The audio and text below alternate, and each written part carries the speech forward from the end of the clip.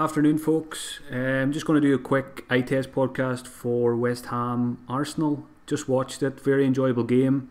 West Ham coming out on top 1-0 in the end. From start to finish, West Ham were the better side, so they were deserving of all 3 points.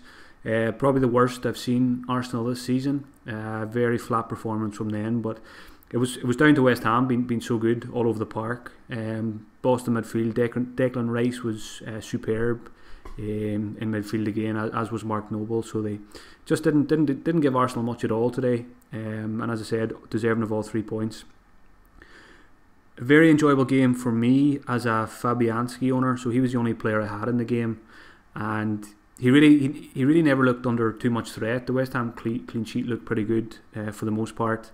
It looks like he's going to get 9 points now, which is great. So I'm glad I held on to him. I know a lot of people probably sold him this week, but that was a justified decision as well, given his form and West Ham's inability to keep clean sheets up to this point. So you can't beat yourself up too much about selling Fabianski this week. It's just unfortunate now that he's going to get the 9-pointer. Aubameyang blank. Obviously, a lot of people captained him as well. And I said before the game, if there was one player that I wish I could own this week that I didn't, it was Aubameyang. So it was very surprising, to see him just get a 2-pointer. So I feel like I dodged a bullet there because he was an excellent captaincy option.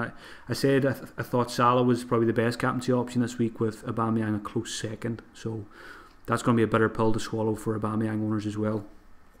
But getting into the game itself, the team news first of all. So the major things to take away from that was Samir Nasri got his first start, and that seen Snodgrass drop to the bench, and Arnautovic started as well. There's been a lot of transfer rumours this week with Arnautovic, talk of a move to China, but he played, didn't do an awful lot, but he was substituted after about 70 minutes, and it was he waved to the fans when he was going off. So if we read into that, maybe that was a goodbye, because I don't think West Ham have a home game now for a few weeks. So that might have been Arnie's goodbye. So we'll have to see what happens over the coming days and weeks to see if he does actually leave. But just looking at that, when he was coming off, I would guess that there has to be legs to this story. And we could see him leaving West Ham in the January transfer window. Nasri played very well. I didn't really expect him to come into the side so soon, having been out of football for so long. But he surprised me. He looked really sharp. Form is temporary, but class is permanent, and you could see that with Nasri today. A player I've always liked. Liked him as a player, maybe not as a person, but. Very effective today. Got his assist for Rice's goal as well. So I think he's only about 5.5 million. So he's definitely going to be going straight onto my watch list. Now, he came off early, but that's to be expected. It's going to take him a while to get up to speed with the Premier League again. But definitely one to keep an eye on now, Samir Nasri. For Arsenal, Lacazette and Aubameyang both started together. So Aubameyang played from the right hand side, and neither of them were really in the game too much today. Lacazette in particular was a very frustrated figure, throwing tantrums almost as much as Arnautovic was today. So just a very frustrating day for the Arsenal lads. Maitland-Niles got the nod at right wing back for Arsenal ahead of Bellerin. Now Bellerin did come on for him towards the end of the game, so that's just an area you don't want to touch. You don't really want to touch the Arsenal defence anyway, because again, we've seen it today, they just don't keep clean sheets. Ozil didn't play again, wasn't even on the bench despite being training this week. So again, Ozil's just a no-go for FPL this season.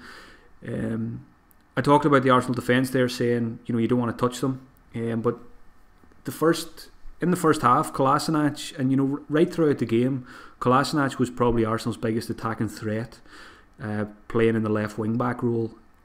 In the first 15 minutes of the game, there was 2 occasions where he was, if his teammates had got their head up and played him through, he would have been one-on-one with the goalkeeper, and that was twice in the first 15 minutes. So he bombs forward, gets himself into great attacking positions, but first and foremost with defenders, we want clean sheets, and you're just not getting that with Kolasinac at the moment. Arsenal moved to a back 4 then in the second half, and there's always a worry if it's a back 4 that Monreal could come back in for Kolasinac as well.